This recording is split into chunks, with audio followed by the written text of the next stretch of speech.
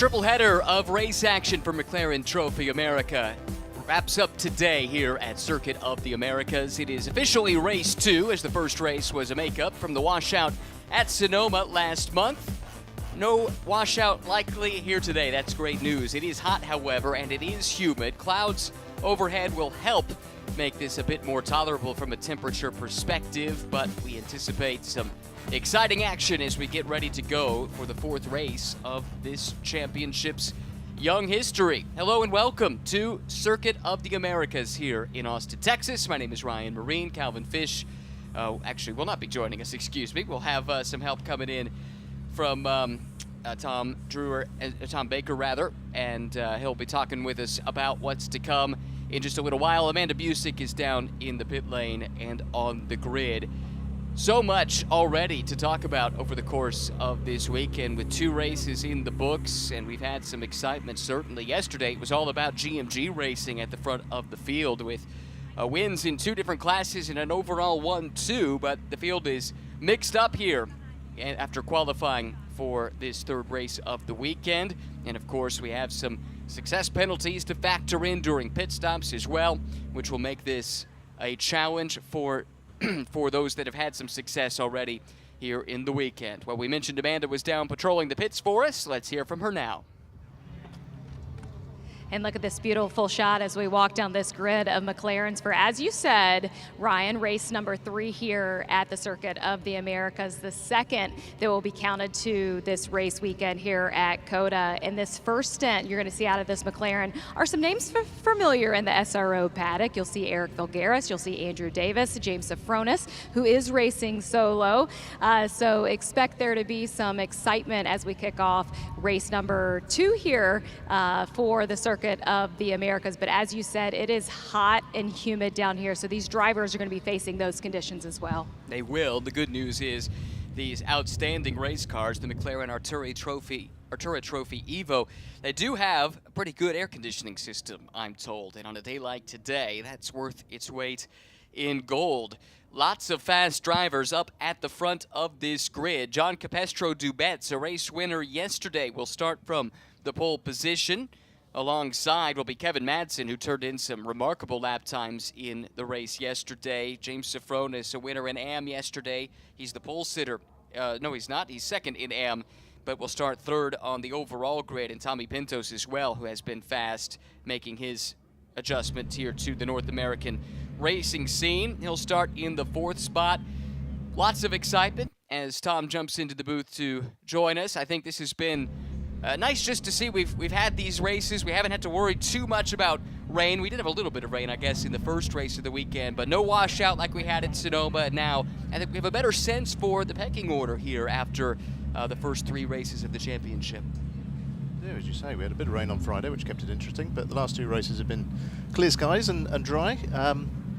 This one is looking pretty good as well. So, yeah, we are seeing a bit of a competitive order in all 3 of the classes. So, yeah, it's going to be another interesting race. The pro class is very close, and as you said, Kevin Madsen did an awesome job in qualifying to go 0.02 of a second slower in P2, but pole in the AM class, so let's see what he can do. Exactly right. Here comes the grid moving out onto the track. You've been walking the paddock. What's the impression been of getting to race these cars at Circuit of the Americas? It's all been very positive, which is great. You know, it's a new car for this year, and a new car for a lot of the teams and the drivers, and I've got to say that a lot of the feedback we've had has been really positive. They're enjoying the car, they're enjoying the paddock and the atmosphere, and being part of the McLaren family, which is a key thing about what McLaren Trophy is about. So yeah, all good things. A look at the pole sitters for today's race. John Capestro Dubets on the overall pole. He's the pro class pole sitter. RWE Motorsports, John Dempsey, Andrew Davis, pole sitting car in Pro-Am, and Kevin Madsen, who turned in a sterling drive in the second race of the weekend yesterday. The pole sitter in Am, he'll start on the outside of the front row overall as we get ready to go for this third race of the weekend. By now, everyone should know the cars. They should know the track.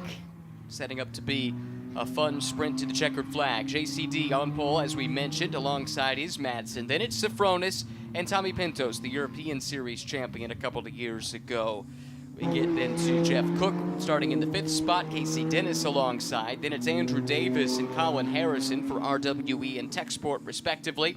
Jesse Lazar, what a weekend he's had with Alexandra Hayner. Starts next to Eric Vilgaris, then John Lancaster and Robbie Stocker. Steven Cerbero and Spencer Buckton will start in the 7th row. And Chris likewise will have Kanan O'Connell for company back in row number 8.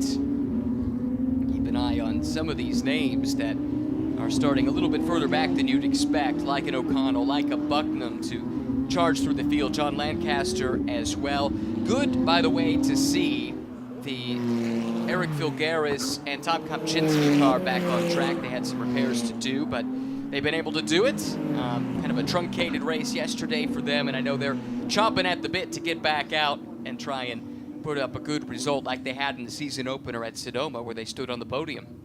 Exactly. I had a quick chat with Steve Sabaro just before the race, and yeah, it was a shame he couldn't finish the race yesterday, but he's fired up and optimistic for a good race. So we'll see how he gets on. Yes, indeed. Cars coming around this 20-turn, 3.4-mile circuit, located deep in the heart of Texas, of course.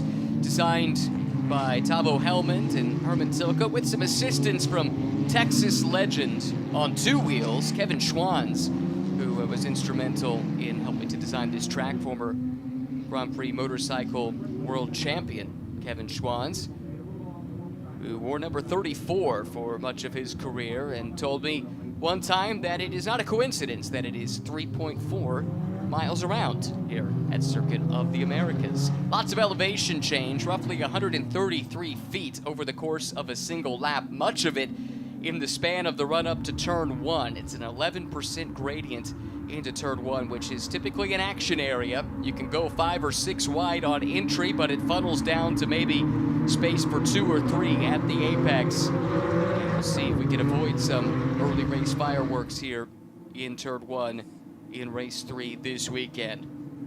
Safety car already accelerating away and into the pit lane, so that means the field is under the control of the pole sitter, John Capestro Dubets, JCD as he's affectionately known for GMG Racing. Kevin Madsen is alongside. Then it's Sofronis and Pintos in row 2, Cook and Dennis in row 3, Davis and Harrison in row 4. There's the green flag. Good getaway for the pole sitter, John Capestro Dubets. His team owner, James Sofronis, trying to follow him through. Does jump him into the 2nd spot. Bold move from Pintos as well, trying to make it 3 wide at least temporarily. Settles back in line, but he is up into the 3rd spot, just ahead of Kevin Madsen, who's been shuffled back here on the start. Yeah, Kevin started in a GMG sandwich, didn't he? And he lost out a little bit there, but Tommy was on the push to pass as soon as the lights changed, and he was made that move on Kevin. So Kevin on the back foot slightly. He's got this hornet's nest lined up behind him. Ooh, late lunge there. That was really, really tight. That was Eric Vilgaris defending from young Spencer Bucknam. 3rd-generation racer. Grandfather Ronnie raced in Formula 1. Father Jeff, an Indy 500 starter. And Spencer now making a name for himself as well. Andrew Davis looking a bit aggressive there. Jeff Cook, his target. A couple of primarily gray machines running just outside of the top 5. 6th and, actually in the top 5 in the case of Cook. That's 5th and 6th. Blast down the back straightaway for the first time, and already a penalty, and it goes to Pintos. Start procedure violation, drive-through penalty. That's the car that's on the attack right here, looking for 2nd place on the road, but it's going to have to relinquish that position due to the penalty. yeah, Tommy moved over there, so I wonder if that penalty was moving out of formation before he went for the push to pass. So we'll have to wait and see what exactly that one was. I suspect you're right. We've seen that called a few times over the course of this weekend, not just in this championship, but in some of the others that are here on site. Sofronis slips a little bit wide. Pintos, I don't know if he's had the message yet, or if he's just looking to try and make up a little ground to mitigate some of the damage of this upcoming drive-through penalty. Doesn't look like he's going to take it this time. Instead, he takes a lunge to the inside of Sofronis, who chops across the bow and hangs on to 2nd place, only barely. Opening lap complete, JCD, then Sofronis, Pintos, Madsen, Cook, and Davis, the top 6. Davis, the leading car in the Pro-Am class. they run, oh, here comes Pintos again to the inside of Sofronis, whose team probably told him, hey, number one, that car's not for class position. Number two, they're going to have to serve a penalty anyway. Don't put up too much of a fight. Don't take any risk. Exactly. Let him go. Tommy's used to standing starts, of course, in Trophy Europe, so whether that's caught him out a little bit. Oh, Pintos, that car sliding around underneath him. He's pushing through it. Let's look at the start. Second car in the outside column. Does he move before the start line? Yes, he does. That's pretty straightforward. Slam dunk, as you say over here. It is a nuance of the North American racing scene. As you point out, you don't have to think about that if you're doing standing starts. However, this is race 4 of the season, so you'd think that that would have been driven home by now. Oh, late lunge here from Davis. That goes to the inside of Cook. And Davis, I think, does pick up that position. That, I believe, is for 5th on the road in the lead in class, if I'm not mistaken. See Dennis, he's shown as in the pit lane. That's a big development. He and James Lee have been really fast all season. See if we can get to the bottom of that one. That takes a serious contender in the pro class out of contention. Yeah, that's a shame. I was talking to them just before the race as well, and they were feeling optimistic. You know, had a good start to the season and were hoping for more points. As well they should. And Davis passed on Cook, by the way, not for position. Oh, and a collision there. That's Phil Garris into the 10 of Davis. So 2 veterans colliding there into the stadium section. Debris everywhere. Yikes, that takes out the leader in the Pro-Am class. That you do not want to see. Davis and Dempsey have had a really good weekend. Late lunge, I see. The move was really not about getting to Davis, just that the gap disappeared for Eric Vogaris as he tried to pick up another position just behind, and that is some significant damage to the right front. Yeah, that was optimistic, shall we say. It was. Yeah, that's a shame, because as you say, the number 10 car, they'd had a good run. They were fighting for the lead yesterday, and John Dempsey did a superb job, I thought, in qualifying to put it P1 and take the pole position. So yeah, John's been outstanding in his first season of racing. All of that chaos, by the way, involving Pro-Am contenders has now promoted Spencer Bucknam from Flying Lizard Motorsports to the lead in class. John Lancaster for the Rafa Racing Club is now up into 2nd, and Kanan O'Connell now up into 3rd. I believe he had the fastest lap of the race yesterday, at least in his class. No, proud father Johnny was just glowing when he was talking about how his son drove in the race on Saturday. Yeah, so that's shaped up the competitive order a little bit, isn't it? It has. I see Tommy Pintos has pulled in to serve his penalty for the jump start. Yeah, hopefully he got in before the full course yellow, and if so, this is perfect for him. I mean, yeah, he lost track position, but everyone will bunch back up again, and that gives him a chance to get right back into the fight.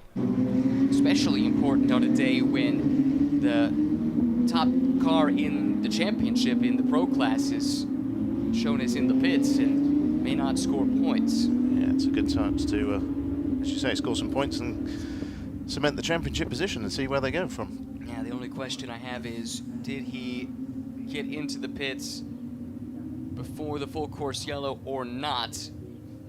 Let's see if we can get to the bottom of that. Let's see. Whilst you look into that, I'll. Yeah, it's great to see Kevin Madsen. He's running in 3rd at the moment. They're running in the race for RP car, which is a relapsing polychondritis, yes. Which Neil has been racing under the race for RP banner for a good number of years. His car has always had the decals on when he was racing in Europe. So. And Race for RP are championship partners with us this year, and the whole drive of it is to help promote awareness for relapsing polychondritis. That, as Neil says, it's not incurable; it's just underfunded, and so we're doing our best to help him and his team raise awareness for the great work that they're doing, and help hopefully raise some funds for the research they're doing. So it's a really valid cause, worthy cause. They've had a big presence in the North American racing scene for at least half a decade now, if not longer, raising money, raising awareness, and it's one of these as I understand it, rather rare conditions. And so that's where it becomes difficult, right, trying to raise the funding. Awareness is crucial. Everybody knows about the horrors of cancer, or, you know, pick your better known, better researched disease, but something that afflicts in a major way but so few people, it's harder to get that awareness, right? And with the awareness then comes the chance to raise the resources to solve the problem that you highlighted. Exactly. So they're fronting up some fantastic research into how they can help people suffering with these conditions. Mm-hmm. But you know, the number is it 53 they're running is covered in the Race for RP stickers, but each and every one of the cars in the championship has a Race for RP sticker on as well. So yeah, we're doing our best to help push the message. Outstanding cause for sure. We're under our first full course yellow of the event. I think we've got a chance to go back and take a look at this again. Keep an eye on the blue and red car coming up the inside. Eric Filgueres, who is an outstanding driver, champion the last 3 years in various SRO America championships. Just got that one a little bit wrong in my estimation, and it had major consequences for the erstwhile race leader in the Pro-Am class, Andrew Davis, and of course for Eric and his co-driver Tom Kopczynski as well. Did want to go back to whether or not Pintos was able to get to the pit lane before pits would close for the full course yellow, and it's close. I see the message, race control, full course yellow at 11:09 local time. He was in the pits at 11:09:14. I don't know to the second when the full course yellow was issued, so it's going to be a matter of seconds where they could have played this to perfection, or maybe they still have a penalty to serve. Well, I guess we'll find out soon enough. Yeah, true enough, yeah. I was just looking at the front of Spencer Bucknam's car, because he was a bystander in that incident earlier, but it did look like the Riley Motorsport car sort of came across, and there might have been a little bit of contact, but I think he's got away with it. I'm going to say props to Jeff Cook as well. I think he did well to watch his mirrors there, because he stayed nicely out of the way to avoid any contact or picking up any debris involved in that. So once again, the Dark Horse Racing team living up to their name. Jeff's been outstanding here this weekend, doing some really fast laps as he did at Sonoma as well. He and Dennis Teoman finished on the podium in class in the first race of the season back in California, and the form seems to have carried over nicely here to Texas as well. Safety car has accelerated away, so the cleanup must be complete. That incident, by the way, is under review. Does look like Andrew Davis has been able to rejoin, but at the back of the Pro-Am field, so he'll need to put his head down and try and get some of those positions back before he turns the car over to John Dempsey. The good news is John has been really on the pace all weekend, so he's definitely in a position where he can make up some ground in his stint. But in the meantime, all eyes at the front of this field, and as they finished the race yesterday, that's how they run today, with the number 4 from GMG leading the number 14. JCD gets away nicely, but Kevin Madsen is getting a sniff here for the lead in AM. James Safronis forcing Madsen down. Shallow entry for Madsen, but he's able to woe it up nicely, and he does take the top spot. Great work on the restart. Yeah, Jeff Cook's fancying a look there as well, seeing we're playing a watching beef, see where you can pick up some extra places. Yeah, good point. Top 3 in Pro-Am running nose to tail. JCD comes through. That's a Pro Class car. But then the Race for RP machine of Madsen, James Safronis, and Jeff Cook. 1, 2, 3 in Pro-Am running, in AM running 2nd, 3rd, and 4th on the road. Then the leader in Pro-Am, Spencer Bucknam, who has his mirrors full of John Lancaster right now. That's a really good fight right here. Bucknam in the orange machine, or is it Papaya? And Lancaster just behind in the white car. Yeah, and you got Jesse Lazier not far behind them, so it's 1, 2, 3, 4 all together. Yeah, true. Kanan O'Connell, the 3rd car in line. Drive-through penalty is issued to Eric Filgueres. That car has been retired, so it's a bit academic, but that settles that in terms of who has had fault in the estimation of the stewards. Looks like O'Connell is taking the fight here to Lancaster. Yeah, it was a bit of a hip check there as he made the pass, but yeah, John's moved into the lead there. And a fight in AM2 with Cook now around Safronis. So positions changing left and right on the restart. Great work by Cook. James Safronis drop-kicked a little bit here on the restart of this race from the lead in class down to third. Kanan O'Connell's come through into second in Pro-Am, and somewhere in the background, Tommy Pintos is making progress as well. So. Yeah, that's right. We just don't need to see if we can ascertain whether or not that penalty has been served, but he's done well to make up a couple of spots in the overall order. Trying to recover from that drive-through penalty. Changing columns at the start of the race. That's caught out a few here this weekend. Car 18, Kanan O'Connell. This is for the lead now in Pro-Am, so Bucknam's been shuffled back a couple of spots. Lancaster for Rafa Racing has come to the front, but how long will that last? Here comes O'Connell. He gets to the inside of Lancaster. This is the purple and blue car to the inside of the white machine, and that's a change for the lead in class. Outstanding. O'Connell now has caught Safronis in the AM class car. This is where it gets a bit spicy. The classes overlapping. The cars are the same between the classes, but the experience level of the drivers is not. There's really not much behind Spencer Bucknam and or between Spencer Bucknam and Jesse Lazier either for third. So no, Bucknam having to fight for his life to preserve a spot on the class podium as they run. That's in the background. Orange car of Bucknam, white car of Lazar. It can't be long before Jesse finds his way past there. It's there's nothing between them. Just in the background of this battle, but in the meantime, as mentioned, the class leader, Kanan O'Connell, stymied somewhat by James Safronis as he tries to make good his escape, having made the pass for the lead coming up the hill in turn one on the most recent lap. Pintos now up to 11th overall. He's gotten to the rear of Andrew Davis, who's also trying to recover, having been turned in the incident that brought out that first full course yellow. Colin Harrison running quietly, but inside the top 10. He's in 9th overall, and he is just off the podium, or he is third, actually. No, just off the podium and 4th in the AM class. Back to the front of the field, though, where John Capestre-Dubets has established a 1-second lead, but it's starting to come down. Here comes Kevin Madsen, who is turning in his best sector time, this most recent time by. Capestre-Dubets as well with his best sector in Sector 1. Not much between those two, as O'Connell still tries to solve the riddle that James Safronis is posing. Yeah, he's done well in the opening start of this race. He's gained 11 places, and it's looking like it could be 12 soon.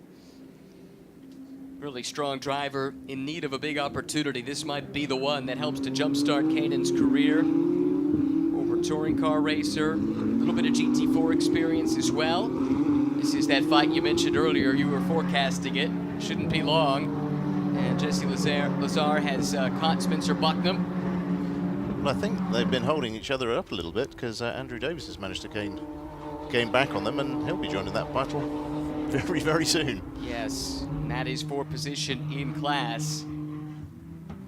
Here they come. Bucknam, Lazar, Davis, now running nose to tail. Good shout. Davis has arrived on the scene. I mean, how good is this? You've got the battle first to fifth all in one shot almost. That's what you love to see. Approaching the pit window as well. Oh, Bucknam having to defend now from 2 cars. Lazar to the inside. Davis trying to follow him through. Bucknam really has no recourse. Has to settle back in line. So 2 spots in one corner that he loses. Lazar is through, so is Davis. Davis driving through the red mist, having been turned around 10 minutes or so ago, out of the class lead, looking to recover. Here comes Andrew. Veteran from Athens, Georgia. Up against also rather experienced driver Jesse Lazar, former 24-hour of Daytona class winner from up in Canada, as is the team, Motorsport in Action. McLaren affiliated now for the better part of a decade. A natural fit for them to come and play in McLaren Trophy America.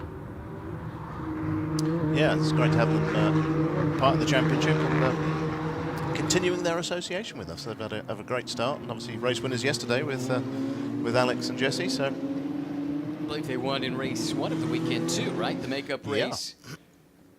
Out of pole position, so. Yeah, Alexandra Hayner has driven extremely well to help set the table for Jessie. Today she'll have to finish the job. Jeff Cook has run down Kevin Madsen, not an easy thing to do. So the AM class lead hangs in the balance. Pintos has caught up to Harrison here, but has yet to make his way by. Surprised to see Tommy stalled out. I thought he might be able to make some more ground here in the laps subsequent to the restart. Davis is now shown as in the pits, by the way. He had just recovered nicely to get up onto the fringes of the podium. We might be in that pit window. I think we might be a little bit early. It's we've still got 31 minutes left, so we should be. The pit window opens at 30 minutes. Yes, so but time spent in the pits doesn't count towards the drive time, and the minimum time is 95 seconds. We were about 95 seconds ahead of 30, or minimum pit lane time is 95 seconds. So that comes out to 30 minutes when you factor that in. They've learned from the best. Had the Calvin spreadsheet Fish. out for that one. Yeah. Well, these teams will know that, and they'll factor that into their strategy. And that might have been a play there just to get him out of traffic. And that's a vote of confidence in Dempsey, if that is in fact what they're doing. They feel like you get Dempsey out in clean air, let him turn some laps, and he can get the job done. Well, he proved he could do it yesterday, so it's, if that's what they've gone for, that's sound logic. Well, I can't guarantee it, but the math is mathing. So I think there's a decent chance that's what the play is. We'll see if we can piece it all together. The drive time rules vary by the class, of course. Pro class maximum stint length for any single driver is 30 minutes. And in Pro-Am lineups, it is a maximum of 20 for the pro driver, if I'm not mistaken. And in AM lineups, if you have 2 driver lineups, I believe it is, again, 30-minute maximum as well. Little wiggle room to play with, as mentioned, with the time elapsed in the pit lane. This is Neil Langberg getting ready. Good to have him fit to go racing here for the second race. If you recall, just a bit under the weather on Friday for that makeup race and sat that one out. The car actually won on the road. Kevin Madsen ended up driving solo, but it wasn't a declared single driver entry, which is allowed in the AM class, but consequently lost that win, did Kevin. But anyway, happy to see that Neil's feeling a little bit better here on Sunday and up for the challenge. Yeah, let's see if they can claim the win today. They're looking good at the moment. Busy pit lane right now. Just about all the Pro-Am cars are making their pit stops.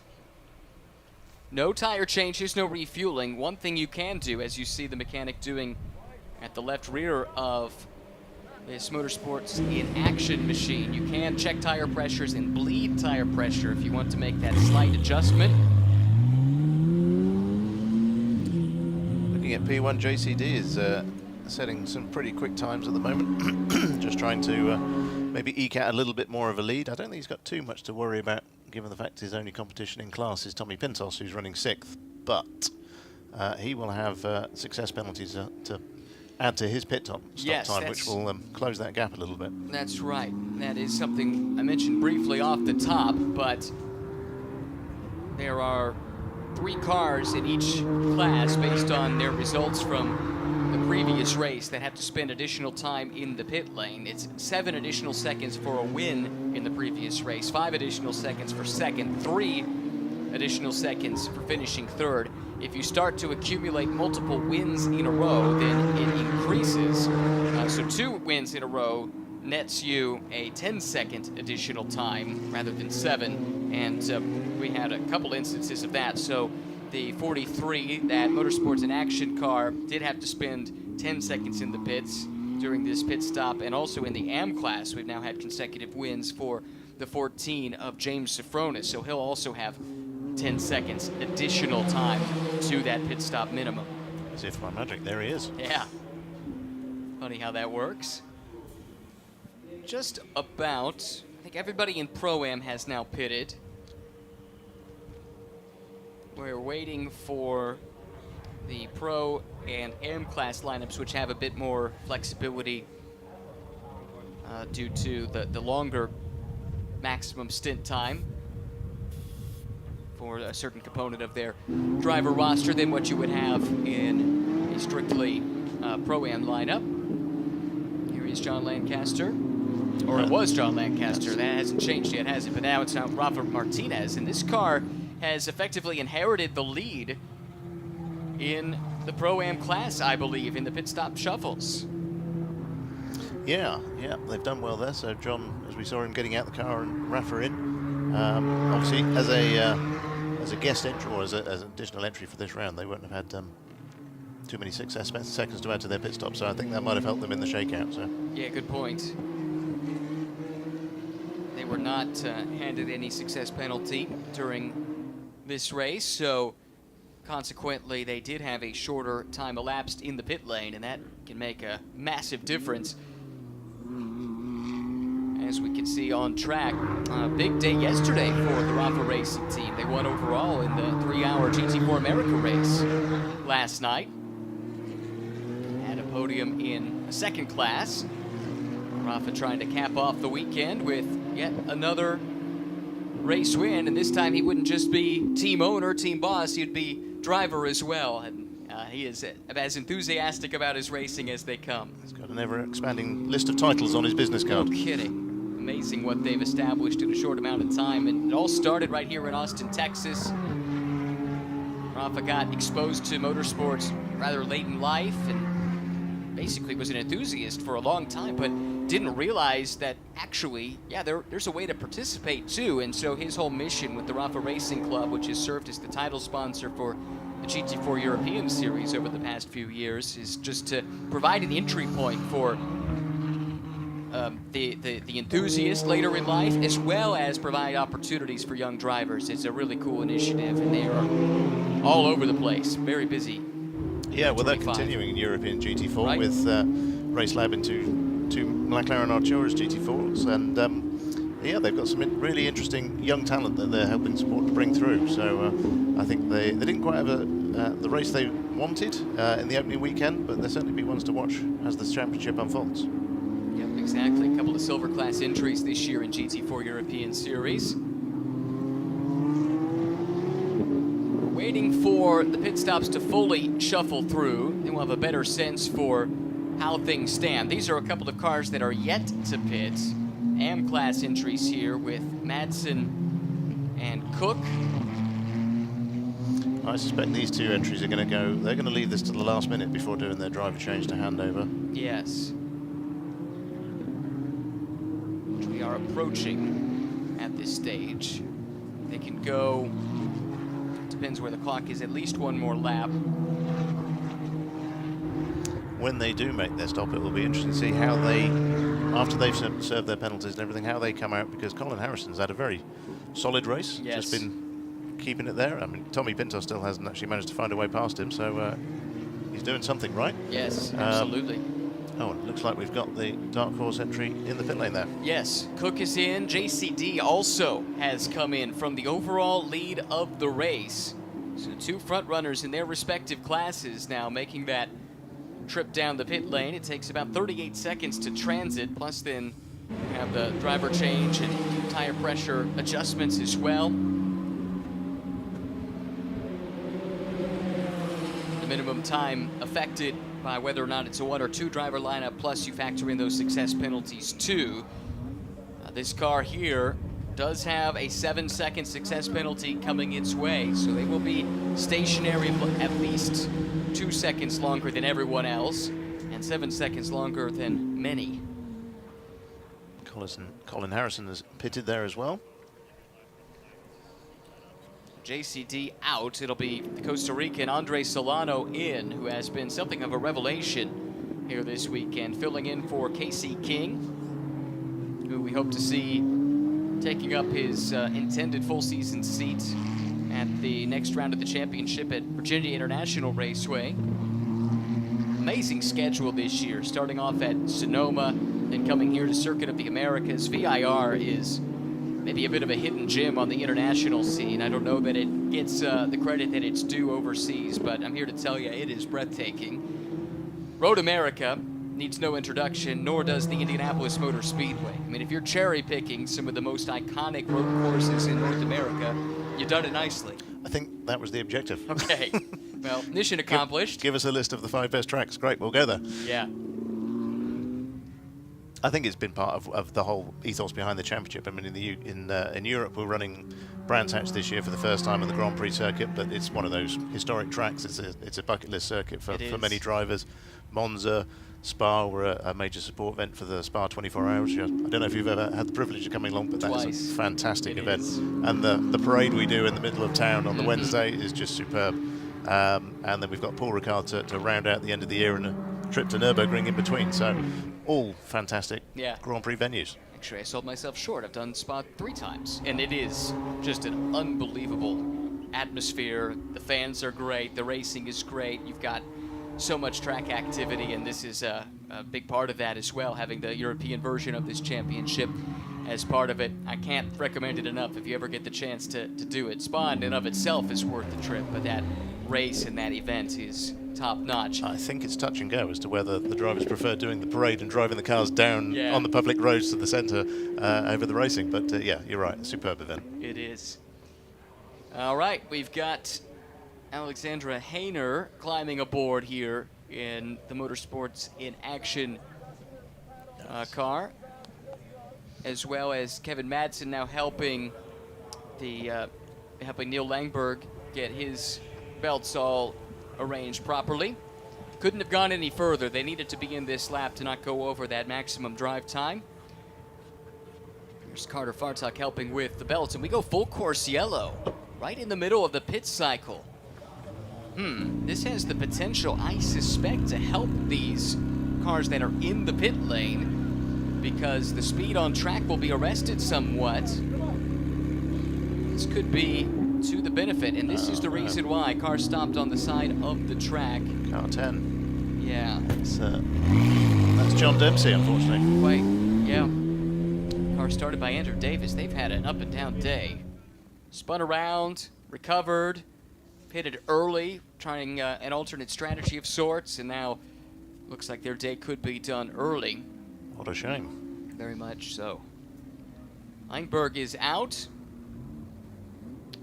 And that is your overall leader. Yeah, that has worked out perfectly.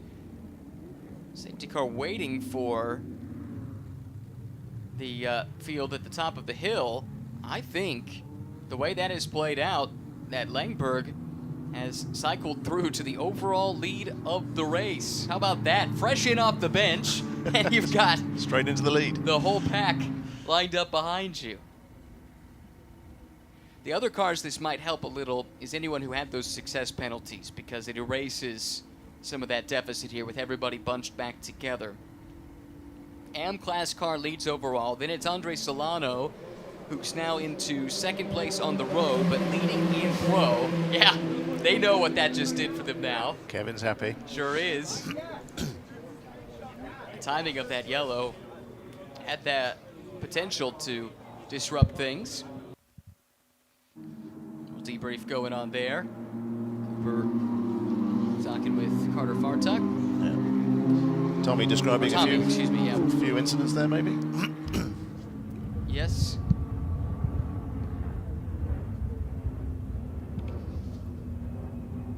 Okay. Well, this is going to close it up for a fun end to the race, isn't it? Yes, it should. Sprint to the checkered flag now. Jean Capestre Dubats, fresh out of the Pro Class leader.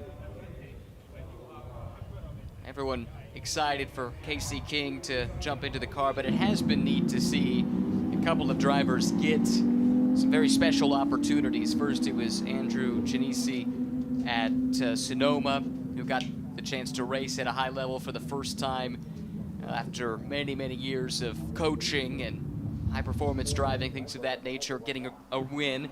And then for Andre to get called in very last minute to come up and fill the seat. Strong run in the makeup race on Friday, the race win yesterday, and could be poised to get another win. They could indeed. Looking down the order, Jason Guzman is now in the car, the 52. They're down in 13th overall, and that's slightly surprised by that. I would have thought they would be a little higher up in the order there, but again, safety car will help them. Yeah, it brings them back together. They're still on the same lap as the leader. In fact, 13 cars on the lead lap coming to the restart, whenever that happens. Right now, under yellow because of a stopped car. RWE Motorsport, as good of a season as they have had, today has not been a good day. Something happened very early on to their Pro Class entry, which has rejoined the race, it's worth noting. They've now turned 6 laps, which is half of what the class leader has done. And I will confess my ignorance here, but in other SRO-sanctioned championships, you need to do half distance to be eligible for points. I know it's a slightly different point structure here for McLaren Trophy, so I'm not sure if that is a consideration or not. But nevertheless, it's important for them to get out and turn some laps here in preparation for the rest of the season and sort through whatever befell them early on. Well, if they've done the 6 laps, that would qualify them. It would, exactly. So that's why this is, I mean, if that rule is in place. And again, I confess I don't know the answer to that. I know it's true for some of the other championships here this weekend. Yeah, we're getting to know the foibles of differences between European racing and UK racing. US racing. But I think, yeah, if he finishes the race, then he qualifies for points. Okay. Yep. Well, that's great news then that they were able to get that car turned back around. Frustrating day, of course. They didn't come here just to run around, but sometimes that's what you've got to do with the championship in mind. You've got to play the long game, haven't you? Oh, yep, there he is at the end of the field there, just behind the 52 car. So.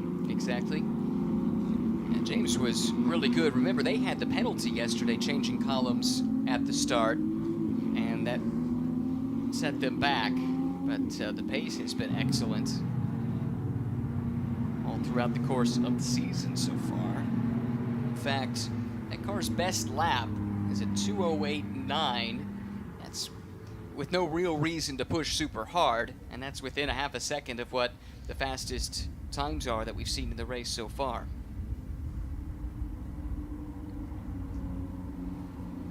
So Langberg leads behind the safety car here. That car was in pretty good shape track position-wise anyway, but the timing of this yellow was serendipitous. Helped to take them to the front. Good execution by the team as well.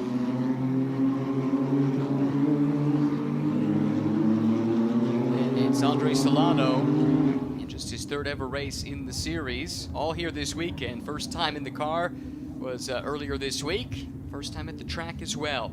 He sits 2nd and will be anxious to get a move on. Now, unlike the initial start of the race where you can't change columns until the start line, on a restart, as soon as the green flag is displayed, you can fan out and make any moves you want. So Solano will be trying to do that to put a buffer between himself and his next closest pursuer in the Pro Class, which is Cooper Roll down in position.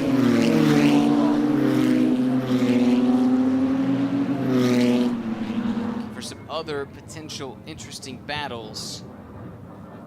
If Alexandra Hayner can get around James Sifronis, or if Sifronis can get around Martinez, we could have a fun fight for the Pro-Am lead before it's all said and done. But a lot of these classes are totally mixed up right now, and the timing of the safety car really throws the cat amongst the pigeons.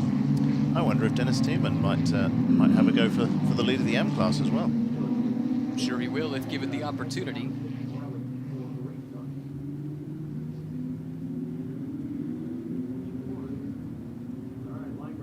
All right, getting close to restarting. 13 minutes on the clock, buckle up. It's about to get wild. We'll see who goes to the push to pass right away. We haven't talked about that yet, but if you're new to the championship, these cars can activate an extra 35 horsepower or thereabouts at the push of a button. They get, I think it's 300 seconds this weekend that they can use at their discretion. Keep an eye out for some flashing LED lights on the front of these cars that'll tell you they're into that push to pass, as Langberg comes out of turn 20 and immediately starts to accelerate away. Good restart from Solano, who is teeing him up. Not in the same class, remember. Solano, the pro class leader. Langberg, the overall leader, also leads at AM. What a great restart from Neil. As Solano looks to the inside, he'll dive to the apex, and he takes the overall lead away. Meanwhile, it's too wide, a little bit further back. We'll try and sort that out in a moment. I think Sifronis has gotten around Rafa, and Rafael Martinez has dropped back. Might have lost the lead to Hayner. In fact, I think he did. Alexandra Hayner up to the lead now in Pro-Am. Great restart. Superb, yeah. She's gained 4 places there, which is great. Yeah, outstanding stuff. As you predicted, Dennis Teeman up to the lead, not the lead, the 3rd spot in the AM class. And he's got his targets acquired just out the windscreen, so he's on a charge. This yellow brings him right into the mix. Yeah, James Sifronis got another superb restart there and really pounced and made the most of it. He's now up to 2nd overall. Yeah, and the lead in AM. Langberg has dropped back a little bit here on the restart. There he is, the race for RP car coming into the center of the shot. 3 wide further back. Oh, that's a big lunge up the inside. I think that's Rafael Martinez, and it is counterattacking after losing a couple of spots on the restart. Great job, late on the brakes, able to get the pass made. Harrison has again been solid. He's passed Dennis Teeman. He's on the tail of Neil Langberg, so I don't think it'll be long before he'll be making a move for 2nd place. In fact, there it is. Right, as you called it. Harrison around Langberg up into 2nd. This would be a great result there. For Broll, charging up through the field. Tommy Pintos had the drive-through penalty that set that car back, but this yellow resets things and gives Cooper a chance to maybe make a run at Andre Solano, but he's got a lot of traffic to get through if he's going to do so. Strong move from Jason Guzman there at the inside. Martinez up through, grabs another spot away as Langberg continues to get shuffled back down the order, but did get to lead some laps today. That's pretty cool to see. Rafael Martinez and Cooper Broll.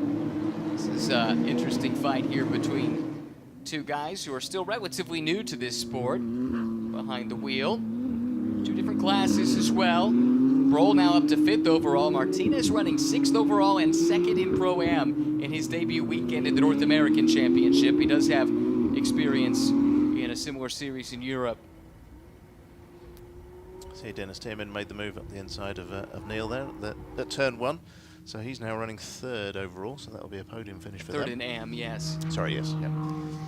Solano leads overall, speaking of overall leaders, and it is a GMG 1-2 as it was yesterday with James Sifronis, who had been shuffled back in the opening stint, recovering nicely. He's to 2nd overall, still leads in AM, with Colin Harrison for Tech Sport trying to track him down. Leader in Pro-Am is this car, Alexandra Hayner. They make it yet another race win. This would be 3 on the bounce if they were able to finish it off. Yeah, Alex has found a feat in the Trophy EVO car, and I think she's gaining a little bit on James for 2nd overall there as well. Yeah. The only downside if you were to win 3 in a row is you're talking about a 15-second success penalty in the next race, but we'll deal with that later. That's not a bad problem to have, though, is it, I guess? Rafa Martinez to the inside of the Pike Parker car. Rafa around Cooper Broll for 5th overall. This is a home track for Rafael Martinez. He knows it extremely well, putting that track knowledge to good use. Cooper's really enjoying the car. I was talking to him and his family yesterday in our hospitality unit, and yeah, you're right. As you say, he hasn't had a whole lot of racing experience, but he's really enjoying this car and working with Tommy as well. Really getting the benefit of Tommy's experience in racing with McLaren, and Tommy actually helped with a little bit of the development of the car later in the day, so he is bringing different perspectives and different experiences that Cooper's learning from, so it's great to see. Drives for the Skip Barber Racing team and came through that famous racing school. Spent time in a bunch of their different offerings, everything from a Honda Civic to an F4 car, and has graduated with the Skip Barber team into pro racing, having contested the last couple of seasons of TC America, finished 3rd in the TCX Championship last year with 4 podiums, and now making that big step into outstanding McLaren Artura Trophy EVOs. First rear-wheel drive car that he has raced, we found out yesterday from Tommy Pintos, if you recall. So that is an adjustment coming from the front-wheel drive touring cars. Yeah, as I say, he's really enjoying the whole experience. So that's what it's all about for us. This is for the final step of the podium in AM. Dennis Teoman has it. Jason Guzman wants it. Puerto Rican driver Guzman, who now splits his time between Puerto Rico and Knoxville, Tennessee. He is hunting. Yeah, this is just a matter of time, isn't it? Where is he going to make the move to take that final podium spot in the AM class? Guzman lost some momentum there momentarily, and that let Steve Sorbero come through, I think. Or am I? Or is that Lawrence, maybe? No, that's Steve Sorbero. Yeah, it is. We'll have to get to the bottom of that one. Oh, you're right, actually. It looks like... Well, this is interesting. It is. Here's another move to the inside, and that's Steve again. Yeah, so that is for position in AM there.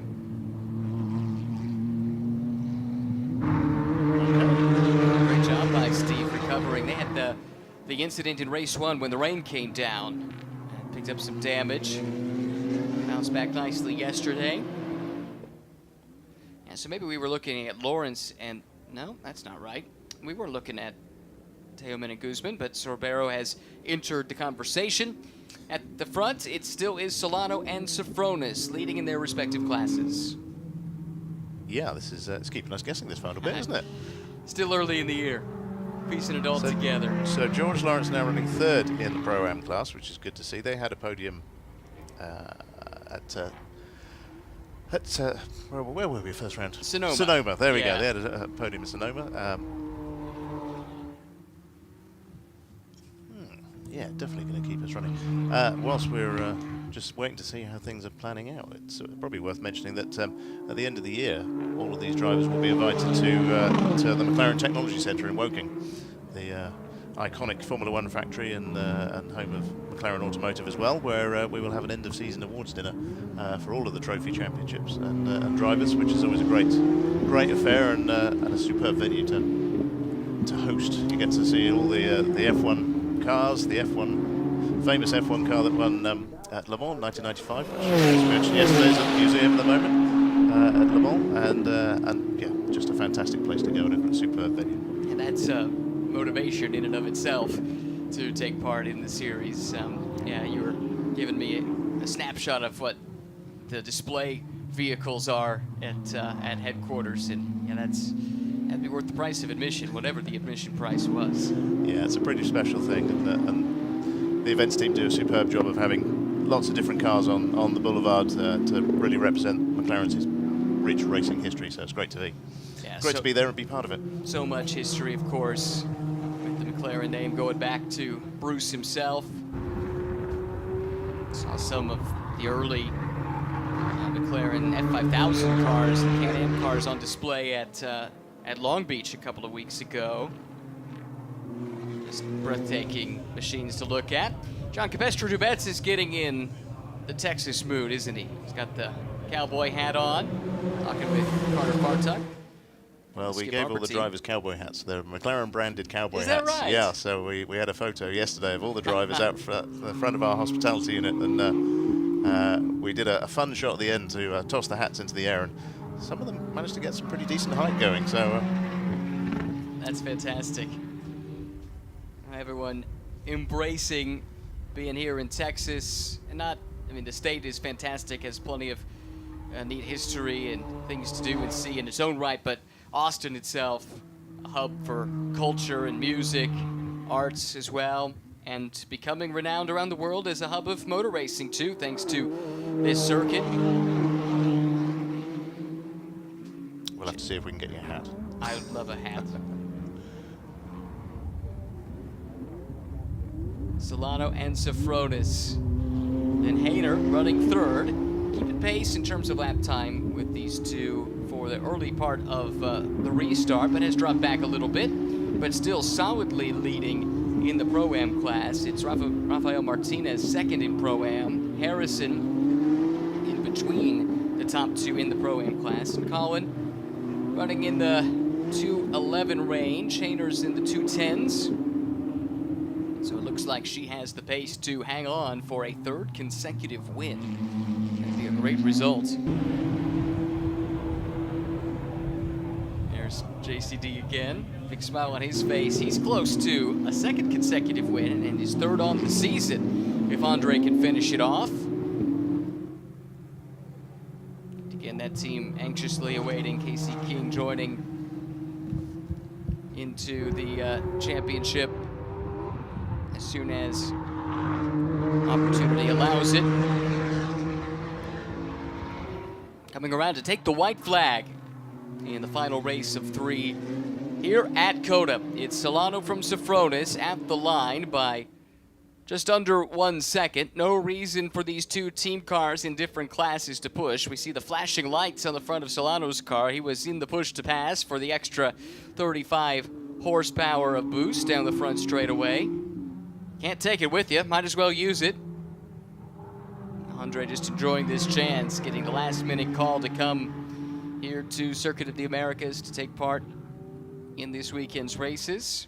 Got the bonus of having a third race, of course, with the washout from Sonoma being rescheduled to the Friday here at this event. And because they had the driver change, they had to start at the back of that race and actually recovered nicely to get a really good result. They very nearly won, in fact.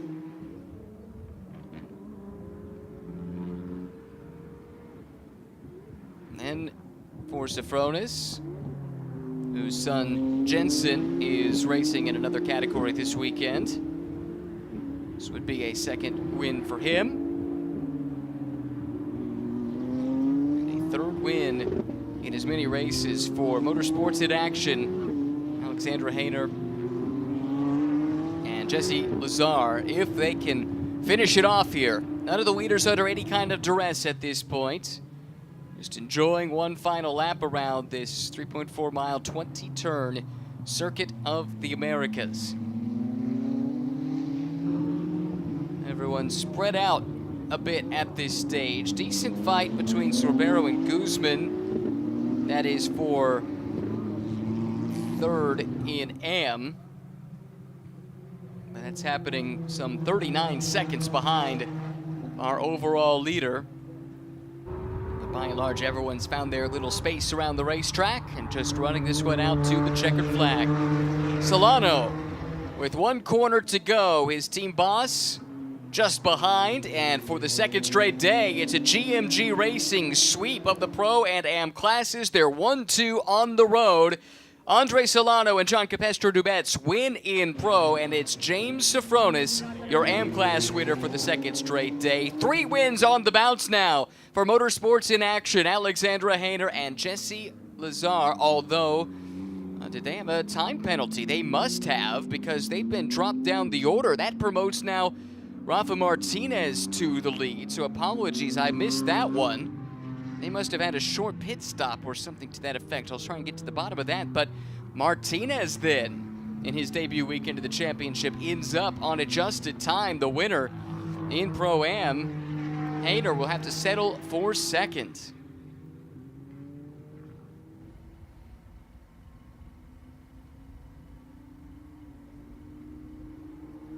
Rest of the Am Class podium.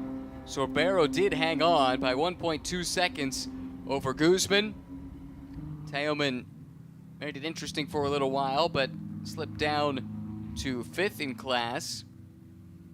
Lawrence completing the Pro-Am podium. Solid run for that operation. There was a pit stop under review for Motorsports in Action. And there was a 12-second time penalty, so they came in 1.2 seconds under the minimum. Just a miscalculation there, and it proves costly. Instead of a race win, they have to settle for second. Apologies for missing that in real time. But that was costly indeed for Hayner and Lazar. Nevertheless, a really good weekend with a couple of wins and a second place. And it ends up with something of a fairy tale story for Rafael Martinez to come through with John Lancaster and win in their debut weekend here in McLaren Trophy America. And at the home track for the Rafa Racing Club as well. That'll be a big celebration, and deservedly so. James Sofronis, the veteran, adds another win to his illustrious career. Multiple-time champion in SRO America over the years. I haven't had a chance to ask him if this is going to be a full season run or not in McLaren Trophy, but I certainly hope so. He's putting together a nice bid for the title. But for James and GMG, it's the customers that always come first. And he'll be thrilled to have seen the customer car with Solano and JCD just up the road, 9/10 of a second ahead, getting the win in its class. He can follow it home with the win in AM. As you can see, Colin Harrison, second in Pro, in AM. Then the winner in Pro-Am after the adjusted time, Rafael Martinez, John Lancaster, Alexander Hayner, and Jesse Lazar, deprived of a third straight win by that 12-second post-race penalty. Second in Pro to Pintos and Broll. And crucially, the strong team in the championship in the first couple of rounds at least, Lee and Dennis, down in 14th overall, still though will score third place points, as they were able to overcome whatever gremlins struck at the very beginning and get back in the race. Turned enough laps to put to rest any concerns about whether or not they would be eligible for points. And they'll move on to the next round of the championship, hoping to put the last couple of races here at COTA behind them. VIR up next, then a trip to Road America later on in the summer, wrapping up the championship in October at the famed Indianapolis Motor Speedway. Lots of racing still to look forward to this year. That's the plan. Just doing a little eavesdropping there. I could hear Amanda asking James if he's going to do the full season. That's the plan, he says. That's what we like to hear. Picks up a win here today, and there he is to congratulate his teammates. Big smile there for Andre Solana, who got the win overall and in Pro. I think in just a moment we'll have a chance to hear from our winners. I think we could do it now, in fact. Amanda, who have you found? Oh, and look at the GMG celebration happening over here. JCD with the cowboy hat, all into the theme. And James, I just confirm with you, you are running a full season. Just take us through these races here at COTA, because what a day for your operation. Well, you know, we looked at this program from McLaren and we thought, what a great place for our clients to play, and especially the gentleman drivers. This is a gentleman driver focused program. So I came in to get the car sorted. I got hot shoes like JCD, and then Andre comes in to fill in for Kevin King, who we're obviously thinking about a lot, and best wishes. But, you know, the GMG guys can adapt to any manufacturer. We've won in Astons, Porsches, Audis, Lamborghinis, and so it's natural. And we run in McLaren back in the day, so we're happy to be back with the brand. The car's super fun. It's fast, it looks good, it's sexy. The air conditioning I used at the end of this race, I'm a little fresher. But, you know, really happy for the GMG guys, because I'm proud. We had no testing. So we rely on great engineers, great crew, and hot shoes like these guys. And then I just come in and bring it in the on the backside. So super happy and proud. I mean, this is great for a great start to the season. Congratulations, James and Andre. You got the call to come up and join this, and you were able to take advantage of the opportunity. How did you do it? Yeah, just stoked to be here. Such a great track, such a great team. Awesome partner right here that helped me out a lot. So yeah, just happy to be here. Shout out to Kevin for the invite, and yeah, just trying to make him happy. Congratulations to GMG. I was able to have a sidebar conversation with JCD, who was telling me that the plan is to grow out this operation, potentially 3 more McLarens by the end of the season. And what a home race victory for Rafa. And just take us through the restart, obviously the post-race penalty with Motorsports in Action promotes you to victory, but that restart was key. Yeah, the restart, you know, we actually ran into a little bit of traffic coming around turn 1, and managed to make the spots back. I think I lost 3 or 4 spots at the restart, but I managed to work through traffic and maintain enough distance to take P1 today. So. Your co-driver has walked away from us, but tell us how fun it was sharing this McLaren with him. Yeah, John is a phenomenal driver, extremely, awesome coach, and we ran GT4 Europe last year and had pretty good success. So we came here and wanted to run it back. And unfortunately, yesterday we were on, en route for a P2. Had a little car issue, but it held together today, and we rolled it home. Yeah, exactly. Obviously, first time for officer the car was Thursday. To jump in, limited track time already, extra limited with a few gremlins, and every single session is improving. And hats off to him because he was the one that makes the difference in terms of the result, and super impressive. There will be celebrations in Austin, Texas tonight, Ryan. No question about that, Amanda. Congratulations to all of the class winners here at the end of this triple header weekend for McLaren Trophy America. The race started with John Capestro-Dubets on pole position. His teammate and team boss, James Sofronis, behind him. Tommy Pinto's aggressive early, but he was going to have to serve a drive-through penalty. That put an end to any hopes of victory here today. Big incident, brought out a full course yellow. Eric Filgaris into Andrew Davis. Both cars taken out of contention more or less from that point. On the subsequent restart, though, we had battles aplenty at the front of the field. On another restart, it was Neil Langberg who capitalized on timing of a yellow, led overall during the safety car period, lost the overall lead to Andre Solano on the restart, and Andre did not look back. Finished off the job started by John Capestro-Dubets. James Sofronis followed him through into the second spot. It looked like it was going to be a third straight win for Alexandra Hayner and Jesse Lazard, but it wasn't meant to be. 1.2 seconds short on their minimum pit stop time. That equated to a 12-second post-race penalty and dropped them down the order. At the front of the field, though, for the second straight day, GMG goes 1-2 overall with JCD and Andre Solano winning overall and in the pro class. James Sofronis wins in AM. John Lancaster, Rafa Martinez winners in the pro-am class. Exciting racing over the course of the weekend, and it's just getting started for McLaren Trophy America. Up next, a trip to Virginia International Raceway. What a trip that will be.